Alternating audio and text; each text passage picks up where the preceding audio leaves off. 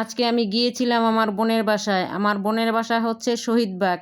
সেখানেই আজকে বেড়াতে গিয়েছিলাম। আসসালামু আলাইকুম। আমি সাইদা ওয়ার্ল্ড থেকে সাইদা। অনিবার্য কারণবশত আমার আগের পেজটি একটু সমস্যা হয়েছে, সেজন্য সেটাকে ডিলিট করে দিয়েছি। এখন একটি নতুন পেজ খুলেছি, এটাও সাইদা ওয়ার্ল্ড নামেই। এখানে সবাই আগের মতো পাবেন। এই যে দেখেন, আমার বোনের বাসায় আসলাম, সিঁড়িতে ঢুকলাম। এই যে ওদের সিঁড়ি কত সুন্দর, ঝকঝকে চকচকে, একদম পরিষ্কার পরিচ্ছন্ন। সবাই ফ্ল্যাটের যারা যারা আছে একদম পরিষ্কার ঝকঝকে করে রাখে। তারপরে এই যে আমার বোনের বাসার মধ্যে ঢুকলাম, এটা হচ্ছে ওর ড্রয়িং রুম। মানে খুবই সাজানো গুছানো আমার বোনের বাসাটা। আমার বোন জামাই আইডিয়াল স্কুলের টিচার, আর বোনের একটা মাত্রই ছেলে। দিন পরেই ওর লেখাপড়া শেষ হয়ে যাবে। এক মায়ের এক ছেলে, কোনো ঝামেলা নাই, নির্ঝঞ্ঝাট। আমার বোনের একদম সাজানো গুছানো পরিপাটি একটা সংসার। ও আবার গুছানো সংসার পছন্দ করে। ওর ওখানে গেলে আমাদের অনেক ভালো লাগে। আমি তো ওর ওখানে গেলে আসতেই চাই না, আমার অনেক ভালো লাগে। একদম মানে যেদিকে তাকাই ঝকঝকে চকচকে, নিজের দেখতে অনেক ভালো লাগে। এই যে ড্রয়িং রুমে ঢুকলাম, এই যে আরেকটি রুমে ঢুকলাম। এটা অবশ্য গেস্ট রুম করেছে, যখন গেস্ট আসে তখন তারাই থাকে। আমার বোনের তো একটাই ছেলে, আর রুম দিয়ে কি করবে, এই জন্য এগুলো সাজিয়ে গুছিয়ে রাখে। গেস্টের জন্য রেখেছে, নিজের জন্য আছে, ছেলের জন্য আছে। আর ফ্ল্যাটটা অনেক বড়, মানে গেলেই শান্তি। ৫ তলার উপরে ফ্ল্যাটটা অনেক সুন্দর, মানে চারিদিকে খোলামেলা।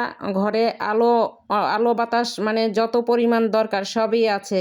শীতকালে ওদের কোনো কষ্টই হয় না। শীতকালে ঘরের মধ্যে সারা দিন রোদ থাকে, বারান্দায় রোদ থাকে। আমরা যেরকম শীতের জন্য অনেক কষ্ট পাই, আমার বোনের কিন্তু শীতের জন্য কষ্ট পেতে হয় না। যদি রোদ থাকে তাহলে অবশ্যই ওরা রোদ পায়। আমি তো বলি যে আমাদের এখানে কত শীত, আমার বোন বলে আমার এখানে শীত আছে, কিন্তু রোদ উঠলে আমার অতটা আর খারাপ লাগে না, সারাদিন রোদটা থাকে। এই যে রান্নাঘরটাও গুছানো, আর ড্রয়িং রুমটাও দেখেন অনেক বড়। এভাবে মানে সাজানো গুছানো তো সবার কাছেই ভালো লাগে, আমার কাছে আরও পরিপাটি সংসার অনেক ভালো লাগে। এই যে বোনটা সারাদিন একা একা থাকে, আমরা কয়দিন পরে পরে যাই। এটা হচ্ছে আমার বোনের রুম। কয়দিন পরে পরে যেয়ে সবাই আমরা মজা করে আসি। লুবনা কিচেন থেকে লুবনা, আমি, আমার বোন আছে শাহিনা আক্তার, কাজল, তারপরে আমার আরও বোন আছে নীলা। সবাই মিলে আমরা যখন যাই, আমার বোনের ছেলেমেয়ের আর কি, সবাই যখন আমরা যাই অনেক মজা করি, অনেক হই হুল্লোড় হয়। সারাদিন থেকে খাওয়া দাওয়া করে আড্ডা মেরে তারপরে চলে আসি। যখন চলে আসি তখন বোনটার তো মনটা অনেক খারাপ হয়ে যায়। বলে যে আজকে সারাদিন আমরা কত ভালো কাটিয়েছি, আর এখন চলে যাচ্ছি। তখন আবার ফোন দিলে বলে যে সবাই একত্রিত হয়েছিলাম, কত ভালো লেগেছে, এখন সবাই চলে গিয়েছি। আবার আমার বোনটা আগের মতো একাই থাকে।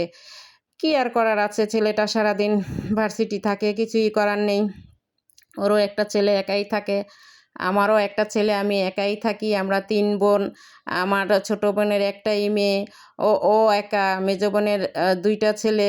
ওরা ভার্সিটি পড়ে যার যার। আমরা এখন মানে ৩ জনে একাই বেশিরভাগ থাকা হয়, কারণ ছেলেমেয়েরা ওদের পড়ালেখা নিয়ে ওরা অনেক ব্যস্ত থাকে।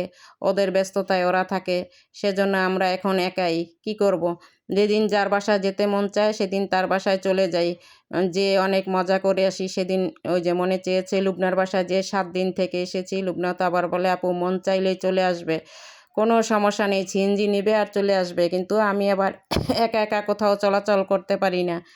আমার আবার সাথে একজন থাকলে সাহস হয়, মানে একা আবার আমি একটু ভয় ভয় পাই।